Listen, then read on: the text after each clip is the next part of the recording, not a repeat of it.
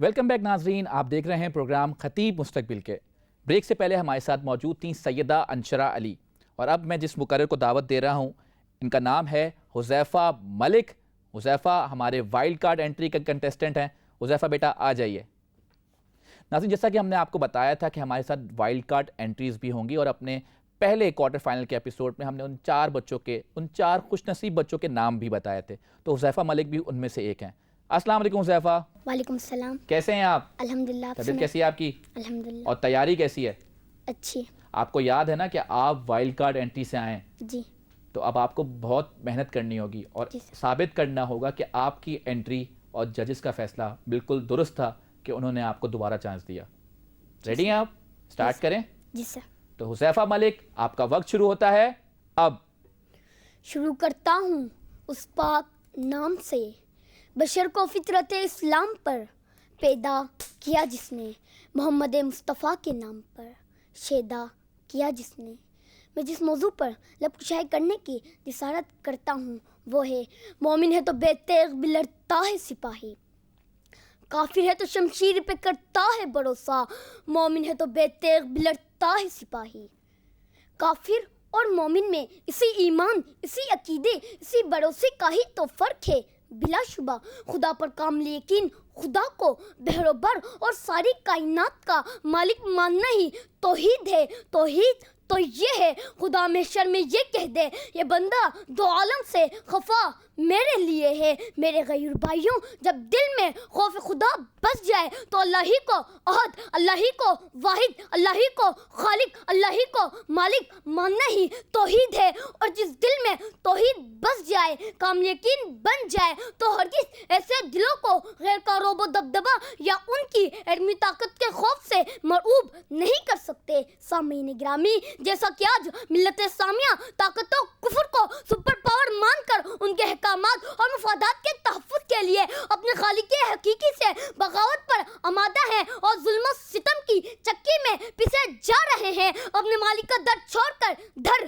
بدھر ہیں۔ عزیزان اسلام، شمع توحید کے پروانوں میں یہ ایمان، یہ جذبہ اتم موجود تھا تو چشمے فلک نے وہ نظارہ بھی دیکھا۔ سمندر کی موجیں، ہواؤں کے جھونکے، زمین کی حدیں، بادشاہوں کے خزانے ان کے زیر نگی کر دیے گئے۔ قول مصطفیٰ بھی یہی ہے، آیت قرآن بھی یہی ہے۔ نکلو اللہ کی راہ میں، ہلکے ہو یا بوجھل، تیز ہو یا سست، مالدار ہو یا تنگ دست، مسلح ہو یا نہتے، اور جس نے اللہ ہی کو کافی جانا، اللہ کے حکم کو مانا، یہی مومن ہے۔ یہی مومن، یہی عوامل ہو تو بنتا ہے مسلمان۔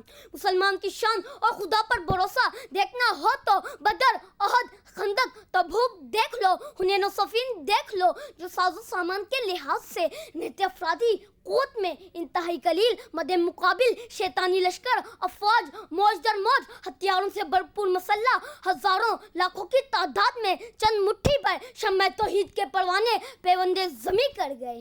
اسی لیے شاعر مشرق کہتے ہیں، فضائے بدر پیدا کر، فرشتے تیری نصرت کو اتر سکتے ہیں گردوں، قطار اندر قطار اب بھی۔ واہ واہ واہ واہ، بہت خوبصورت انداز میں آپ نے انداز بیان دکھایا اپنا، بہت خوبصورت انداز میں آپ نے تقریر کی حذیفہ۔ اس کے بعد جس اگلی مقررہ کو میں اپنے ایوان میں سے دعوت دے رہا ہوں، ان کا نام ہے سیدہ سبیکہ فاطمہ۔ آ جائیے بیٹا۔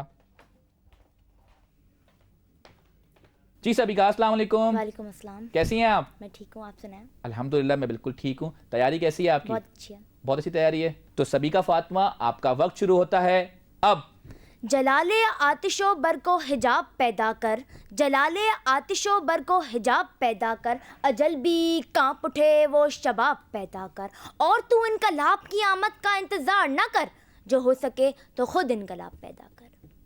17 رمضان 2 ہجری، بدر کا میدان، تپتی ریت، جلتا سورج، پیاس کا عالم، گرمی کی شدت، ایک طرف 1000 کا لشکر تو دوسری طرف 313 مٹھی بھر مسلمان، ایک طرف 100 گھوڑے 170 اونٹ تو دوسری طرف 2 گھوڑے 70 اونٹ، ایک طرف چوک و چوبند کفار تو دوسری طرف بے تیغ مسلمان، ایک طرف دین حق کو ختم کرنے کا ارادہ تو دوسری طرف دین حق کی سربلندی کا عزم، ایک طرف طاقت کا زور تو دوسری طرف محکم یقین، لیکن جناب والا مومن ہے تو بے تیغ بھی لڑتا ہے سپاہی. کفار کی تمام طاقتوں اور قوتوں کے سامنے مومن کا محکم یقین کافی تھا. بدر کے جنگ میں فتح پا کر مجاہدین اسلام نے تا قیامت تک آنے والے مسلمانوں کو یہ پیغام دیا کہ مومن کسی ہتھیار کا محتاج نہیں. جناب صدر، میرا موضوع 3 الفاظ پر مشتمل ہے. مومن کہ جو خداوند عالم پر یقین رکھے اور اس کے بتائے ہوئے احکامات پر عمل کرتا ہے. بے تیغ یعنی بنا کسی ہتھیار کے، جبکہ سپاہی یعنی مرد مجاہد خداوند پاک کی راہ میں اپنی جان کا نذرانہ پیش کرنے کو تیار مسلمان. جناب صدر، مومن وہ کہ جو طاقت قوت کے ہتھیار کے دم پر نہیں لڑتا بلکہ وہ ہمت مردہ مدد خدا کے قائل ہے. جناب صدر، مومن جانتا ہے کہ اس دنیا کی کوئی طاقت خدا سے معذر نہیں. وہ چاہے تو انسان کو غازی بنا دے، وہ چاہے تو بدر کی جنگ کا فاتحہ بنا دے، وہ چاہے تو احد کی جیتی ہوئی جنگ کو ہرا دے. جناب صدر، ایمان یقین محکم مومن کی ڈھال اور لا الہ الا اللہ اس کا اثاثہ ہے. خودی کا سر نہا لا الہ الا اللہ، خودی کا سر نہا لا الہ الا اللہ، خودی ہے تیغ فساں لا الہ الا اللہ. جناب صدر، آج اگر کشمیر کی وادی میں نظر دوڑائی جائے جہاں مسلمان ہندوستان کے سامنے بربریت اور ظلم و ستم کے خلاف سیسا پلائی دیوار کی مانند کھڑے ہیں، جناب صدر نظر دوڑائی جائے کشمیر، برما، شام، فلسطین کے مسلمانوں پر جو بے تیغ دشمن کے مقابلے ڈٹے ہیں، بلکہ دشمن اپنی بنا پر یہ سمجھتے ہیں کہ وہ انہیں نیست و نابود کر دیں گے، لیکن وہ خود نیست و نابود ہو جائیں گے، کیونکہ خداوند عالم اس دنیا کی ہر طاقت سے بلند و بالا ہے. پوچھ اس سے کہ مقبول ہے فطرت کی گواہی، پوچھ اس سے کہ مقبول ہے فطرت کی گواہی، تو صاحب منزل ہے کہ بھٹکا ہوا راہی.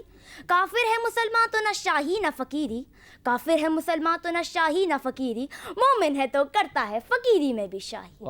کافر ہے تو شمشیر پہ کرتا ہے بھروسہ، کافر ہے تو شمشیر پہ کرتا ہے بھروسہ، مومن ہے تو بے تیغ بھی لڑتا ہے سپاہی. شکریہ. تھینک یو سو مچ. ناظرین، یہ تھی سیدہ سبیکہ فاطمہ، اور اب بلا کسی تاخیر آخری مقررہ جن کا نام ہے عائشہ احمد. آپ کو دعوت دوں گا کہ بیٹا آئیے اور اپنی سپیچ ڈیلیور کیجیے.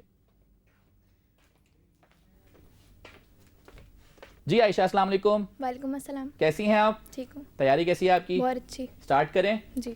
تو عائشہ احمد، آپ کا وقت شروع ہوتا ہے اب. بسم اللہ الرحمن الرحیم. جناب صدر اور سامعین کرام، السلام علیکم ورحمۃ اللہ وبرکاتہ. آج میری تقریر کا عنوان ہے مومن ہے تو بے تیغ بھی لڑتا ہے سپاہی. جناب والا، اگر ہم تاریخ کے اوراق کو پلٹ کر دیکھیں تو ہمیں معلوم ہو کہ حضرت آدم علیہ السلام سے لے کر آج تک اس دنیا میں ایسا کوئی شخص پیدا نہیں ہوا جو اپنے ساتھ شمشیر لے کر پیدا ہوا ہو. حضرت یوسف علیہ السلام کو بے سر و سامانی کے عالم میں کنویں میں ڈال دیا گیا، لیکن بالآخر فرعون مصر نے انہیں تخت و تاج پیش کیا. میدان بدر میں 313 کے لشکر نے دشمن کی پیٹھ پر کاری ضرب لگائی. فتح مکہ کے موقع پر حضور صلی اللہ علیہ وآلہ وسلم کے ساتھ 10,000 کا لشکر تھا. اگر وہ چاہتے تو ایک ایک کافر کو قتل کر سکتے تھے، مگر انہوں نے ایسا نہیں کیا، بلکہ صرف ایک جملہ کہا، لا تثریبوا علیکم اليوم انتم الطلقاء. اور اس ایک جملے نے کفار مکہ کو ان کے سامنے سرنگوں ہونے پر مجبور کر دیا. محمد بن قاسم نے سندھ کو فتح کرنے کے لیے خون کی ندیاں نہیں بہائیں، بلکہ اپنے حسن اخلاق سے پورے سندھ کو اپنا گرویدہ بنا لیا. علامہ اقبال نے کیا خوب فرمایا، کافر ہے تو شمشیر پہ کرتا ہے بھروسہ، کافر ہے تو شمشیر پہ کرتا ہے بھروسہ، مومن ہے تو بے تیغ بھی لڑتا ہے سپاہی. جناب والا، ابھی چند برس بیشتر سن 1965 میں مٹھی بھر مجاہدین نے بھارت کے دیو ہیکل، کوہ چکن ٹینکوں، دھارتی چنگارتی شعلے اگلتی توپوں اور فضا میں قیامت خیز ہنگامے برپا کرنے والے بمباروں کو تہس نہس کر دیا، اور دنیا نے دیکھ لیا کہ مٹھی بھر مجاہدین نے بھارت کے دیو ہیکل کو کس طرح شکست دی. جناب والا، اپنی تقریر کو ختم کرتے ہوئے بس اتنا کہنا چاہتی ہوں کہ دنیا میں جینے اور جیتنے کا بس ایک ہی طریقہ ہے، اور وہ صرف اور صرف اللہ رب العزت کی ذات پر مکمل یقین اور بھروسہ ہے. زندگی کا کوئی بھی معاملہ ہو، ہمیں اللہ تعالیٰ کی ذات پر مکمل یقین اور بھروسہ رکھنا چاہیے. اسی کے ساتھ ہمارے مشکل سے مشکل کام بھی آسان ہو جاتے ہیں، اور اللہ رب العزت ہمارا بھروسہ ٹوٹنے نہیں دیتا. یقین محکم عمل پہ ہم، یقین محکم عمل پہ ہم، محبت فاتح عالم، جہاد زندگانی میں ہیں یہ مردوں کی شمشیریں. شکریہ. جی ناظرین، یہ تھیں عائشہ احمد جو بہت ہی خوبصورت انداز میں اپنی تقریر کو ڈیلیور کر رہی تھی. ناظرین، اس سے پہلے کہ ہم ججز کی رائے لیں اور رزلٹ جانیں، پروگرام میں وقت ہوا ہے ایک اور مختصر سے وقفے کا. جب ہم بریک سے واپس آئیں گے تو ہمارے ساتھ موجود ہوں گی فاطمہ، جو کہ ایک بہت ہی خوبصورت سا کلام ہمیں سنائیں گی اور ہم جانیں گے کہ آج کا فاتح کون ٹھہرا. دیکھتے رہیے پروگرام خطیب مستقبل کے. السلام علیکم ورحمۃ اللہ وبرکاتہ.